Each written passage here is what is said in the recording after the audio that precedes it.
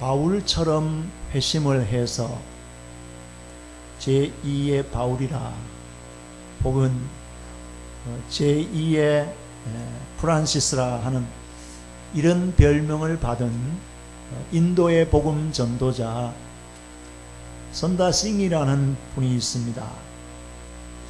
저는 옛날 신학교 다니던 시절에 이 선다싱의 생애를 읽으면서 참 많은 도전을 받고 참 마음에 개인적으로 굉장히 존경하던 분입니다.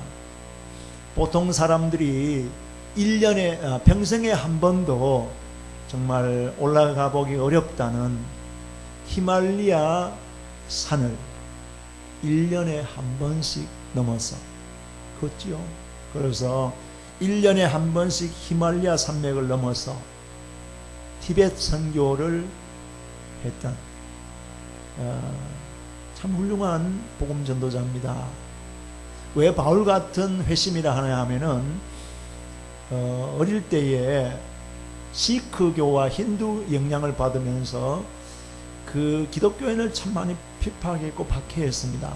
성경을 보는 쪽쪽 다 성경을 집어 쬐고 이렇게 교회 친구들하고 모여서 교회 예배 드리는 사람들에게 막 이렇게 테러하고 또 성전에 막 불 지르고 이런 거를 하던 이런 소년이 12살에 어머니가 돌아가시면서 큰 충격을 받고 정말로 예수님이 살아계신다면은 내게 한번 나타나 주세요 이러면서 시간을 자기가 정하고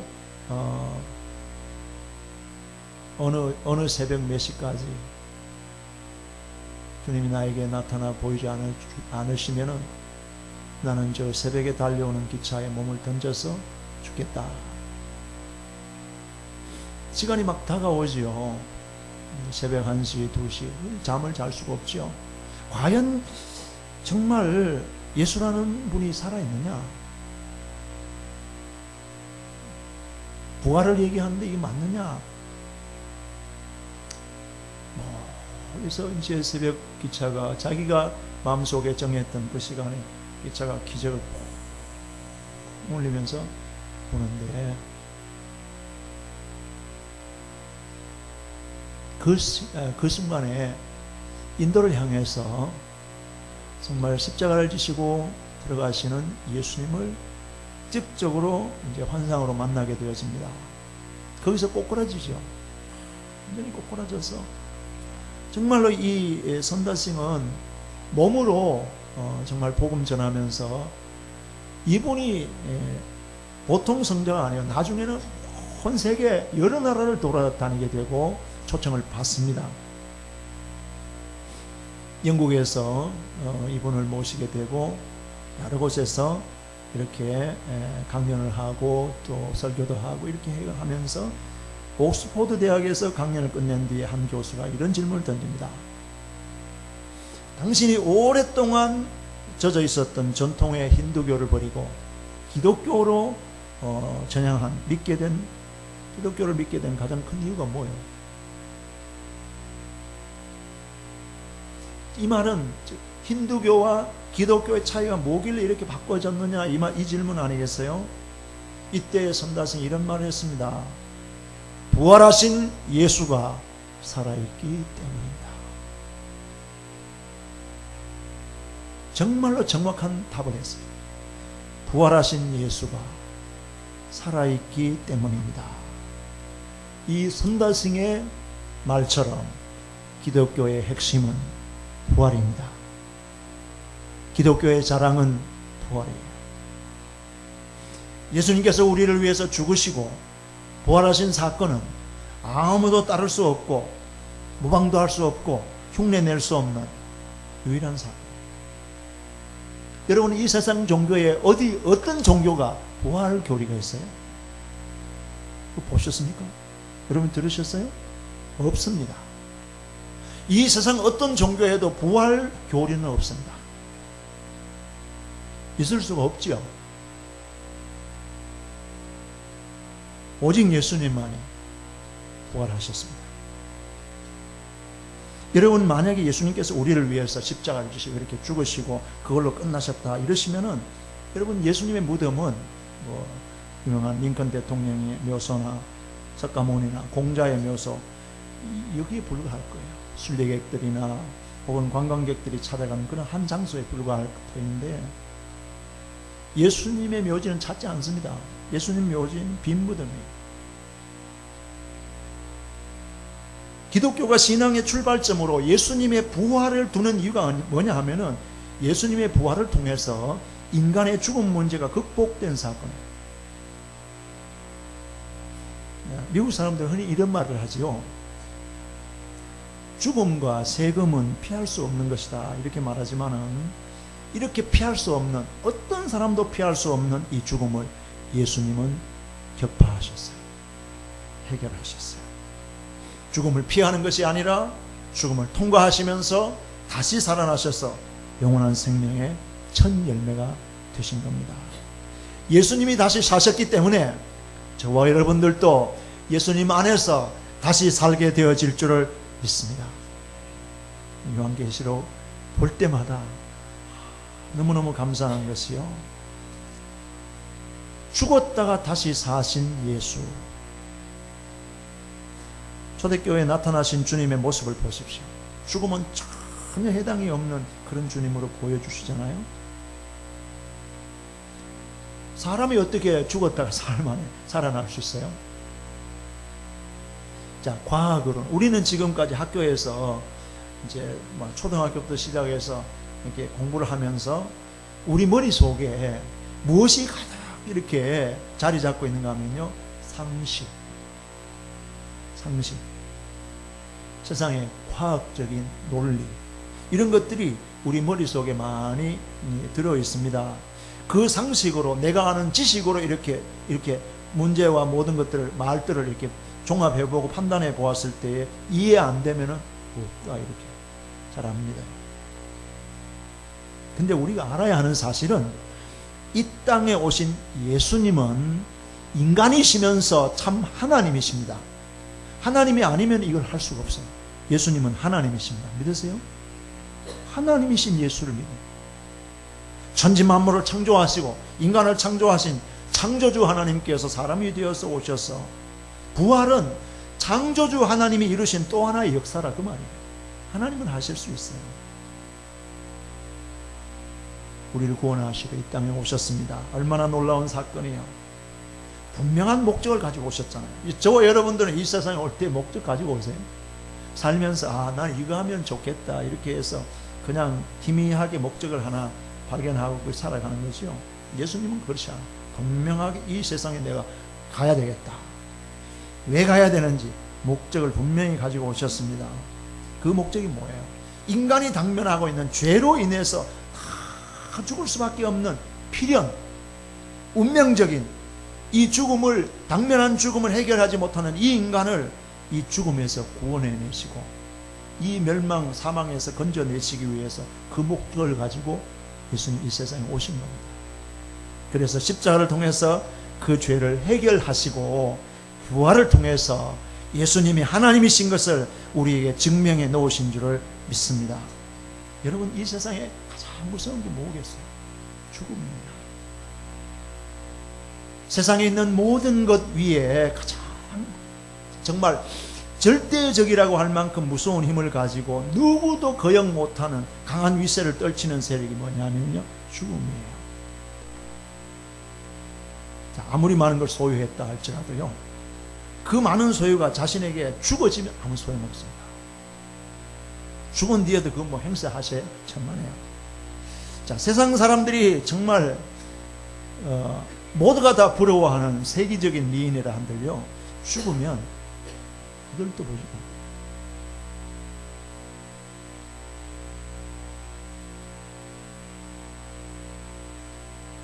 미국에 와서는 그런 일이 잘 없는데, 한국에서 목회할 때는 이제 오래 기억에 남는 것 중에 한 가지가 장례식을 같이 이렇게 밤을 새워주고 이 시신염을 해주고 하는 이런 일들은 고생도 많이 되지만 제일 많이 남아있어요.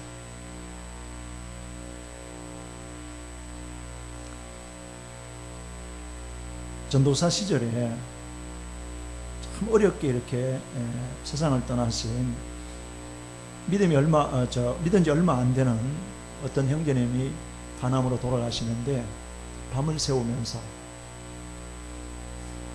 그 부인 집사님을 위로해드리며 가족들을 위로하면서 했습니다.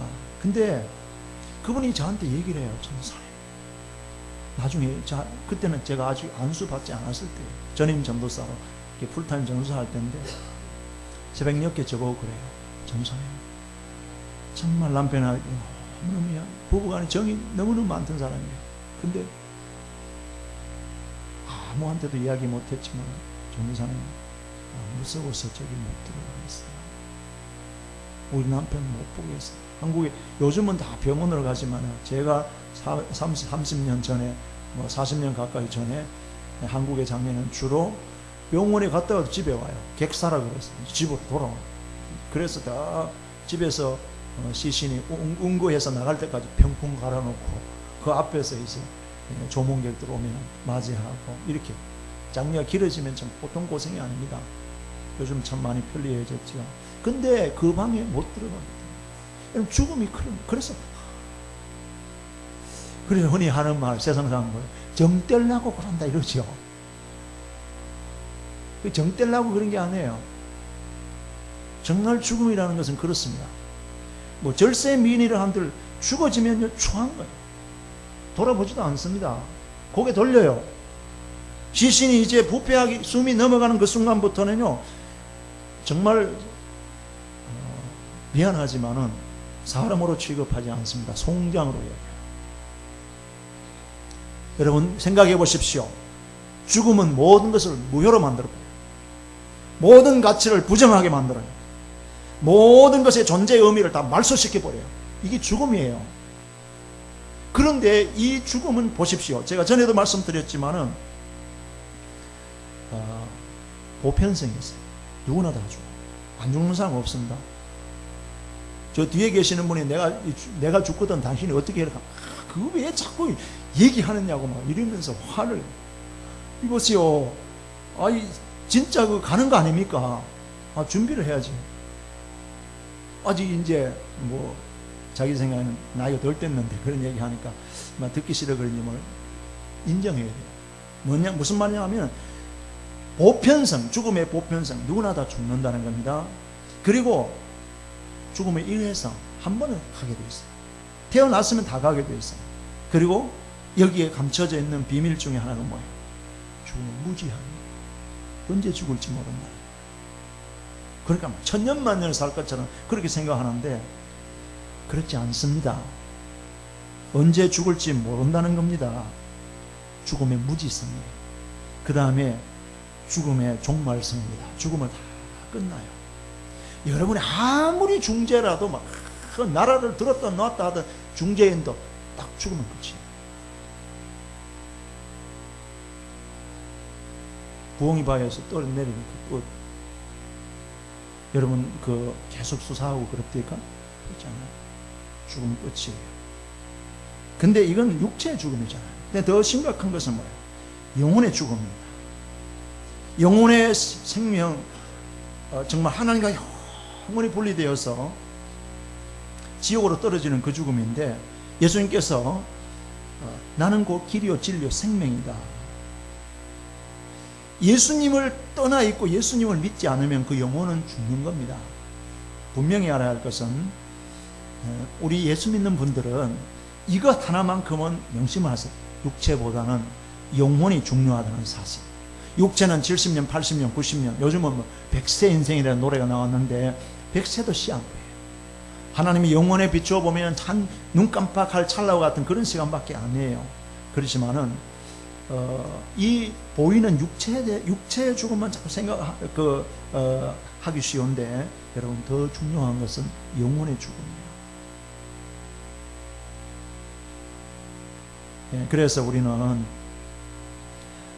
이 영혼이 예수 안에 있지 않으면은, 예수의 생명으로 연결되어 있지 않으면은 영원히 지옥 가고 영원히 멸망하고 만다.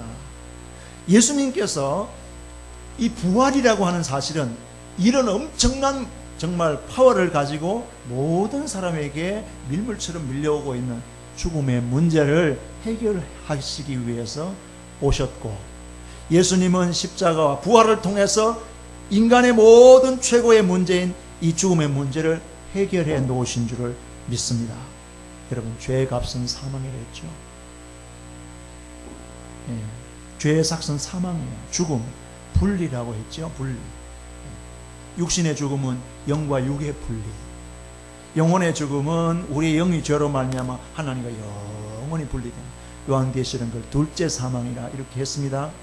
하나님과 관계가 다 끊어져 버리는 이게 죽음. 그런데 예수님께서 십자가를 통해서 우리 인간의 죄의 문제를 다 해결해 놓으셨고, 부활을 통해서 우리의 구원을 완성시키신 줄을 믿습니다. 큰 날이 오늘 부활절이에요. 요한복음 20장 22절의 말씀 보시면은요, 부활하신 예수님께서 제자들에게 나타나셔서 뭐라고 말씀하셨어요? 제자들 향해서 숨을 이렇게 내쉬면서 뭐라고요? 성령을 받으라. 성령을 받으라. 부활하신 예수님께서 숨을 내쉬면서 성령을 받으라. 성령 받으면 우리의 심령이 하나님과 하나 되어 있고, 내 생명, 내 영혼의 생명이 하나님과 연결되어 있다는 것을 확인시켜 주시고 깨닫게 해 주시기 때문에 우리 마음이 평강을 누리게 되어지는 줄을 믿습니다. 그래서 부활하신 주님이 우리에게 주시는 최고의 선물이 뭐냐면요, 성령을 주시는 거예요. 예수님의 부활이 없었다고 하면 우리는 성령 받을 수가 없습니다. 근데 예수님이 부활하셔서 승천하신 다음에 우리에게 성령을 보내주셨고 성령을 받으라고 하셨습니다. 하나님께서 최초의 사람 아담을 흙으로 만드시고 흙으로 빚어서 그 코에 하나님의 생기를 불어넣어서 생명이 되게 하셨듯이, 부활하신 예수님의 생명이 하나님의 일꾼들의 이 호흡 속, 영혼 속에 새 생명을 불어넣으신 줄을 믿습니다. 부활절, 예수님의 생명을 호흡하는 그런 축복의 아침이 되어야 될 줄을 믿습니다. 여러분, 이거 어디 가서 받겠어요? 이곳에서 정말 부활하신 예수님 찬양하면서, 말씀 들으며 기도하면서 부활의 예수님의 생기를 공급받는 여러분 되어 주셔서, 이제 성령을 받으면요, 왜 부활하신 예수님께서 우리에게 성령을 주시는가 하면은, 성령을 받게 되어지면은 예수님의 부활이 나의 부활로 능력으로 나타나게 되어지는 줄을 믿습니다. 그러면은 한번 여쭤볼게요. 이 세상에 가장 무서운 사람이 어떤 사람이에요? 내가 어릴 때 시골에서 봤어요. 정말 그 사람 무서워. 제일 무서운 사람 누구예요? 니 죽고 내 죽고 하자 이런 거. 니 죽고 내 죽고 하자는 사람은 여러분 같이 이렇게 갈보시면 안 됩니다. 제가 여기 박조준 목사님이 LA 계셨을 때 그런 얘기 하는 걸 직접 들었습니다. 부산에 집회를 가서 어떤 초청을 받아서 갔는데, 키가 한 중간쯤 되는데 뭐 한참 얘기를 하고 이렇게 하다가 나중에, 제가 과거에 칠성파 두목이었습니다. 칠성파 아십니까? 칠성파 두목인데, 목사님 이해가 안 되대요. 그래도 그 주목계에 그냥 뭐 칠성파라는 그 주목 세계에 이제 보수 정도 되면은 뭐 키가 크고 주먹이 크고 막 뭐 이제 칼자국도 좀 있고 막 이렇게 된, 아주 뭐 호리호리하게 약하게 오존생 같이 그런 했는데 핸섬하게 막 괜찮더래요. 그래서 보니까 어떻게 그럴 수 있어요? 목사님 딱 하나 있습니다. 니 죽고 나 죽고 하자 하면 다 넘죠. 다 그 앞에 설습니다. 근데 정말 니 죽고 나 죽고 되느냐 하면 그렇지 않다. 속에는 두려운 마음. 그걸 아무렇지 않게 감추고, 나는 죽으면 그만이야. 한번 해보자 이러면서 하면은 다 나갔다. 제가 그걸 보면서 그렇구나. 그 얘기 들으면서 말은 그렇게 겁나는 나는 뭐 목숨 내놓았다 이러지만은 죽음을 두렵게 여기고 떨고 있습니다. 그런데 예수님의 성령님이 우리 속에 들어오게 되어지면은 죽음조차도 두려워하지 않는 능력의 사람이 되어지는 줄을 믿습니다. 그게 왜냐하면 예수님의 부활이 내 부활이 됩니다. 그래서 부활의 증인이 되어서 순교가 그래 나오는 이유가 그렇습니다. 성령의 능력밖에 없지요.